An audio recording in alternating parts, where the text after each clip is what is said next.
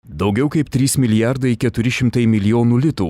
Tiek lėšų per 2007-2013 metų ES struktūrinės paramos laikotarpį investuota į įvairius aplinkotvarkos projektus Lietuvoje. Programa buvo pakankamai ambicinga. Pagrindinės lėšos buvo investuojamos į vandentvarkos ūkį, į atliekų tvarkymo sistemos kūrimą ir vystymą. Aišku, palietė ir tokias sritis, kur žmonės tikrai gali pamatyti, tai kraštovaizdžio vystymą, užterštų ežerų išvalymą, praeityje užterštų teritorijų, kurios liko nuo sovietmečio, išvalymą, kad nekiltų pavojaus žmonių sveikatai. Tai yra visos tos priemonės, kurios iš tikrųjų labai akivaizdžiai pagerina visų mūsų žmonių gyvenimą čia Lietuvoje.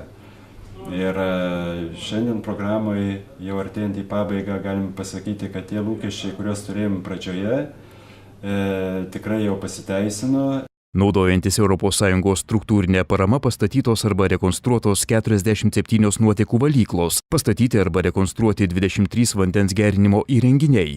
Nutiesta bei rekonstruota daugiau kaip 1700 km vandentiekio ir nuotekų tinklų, uždaryti 100 sąvartynų, sukurta nauja pažangi atliekų tvarkymo sistema. Besibaigiant ES struktūrinės paramos 2007-2013 metų laikotarpiui, aplinkos projektų valdymo agentūra įvairiose Lietuvos savivaldybėse pristato įgyvendintų aplinkotvarkos projektų fotografijos parodą Technologijos gamtai. Fotomenininko Audriaus Tuleikio sukurtose fotografijose akivaizdžiai galima pamatyti, kokie įgyvendinti aplinkotvarkos sprendimai, kaip pasikeitė Lietuvos aplinka ir žmonių gyvenimo kokybė.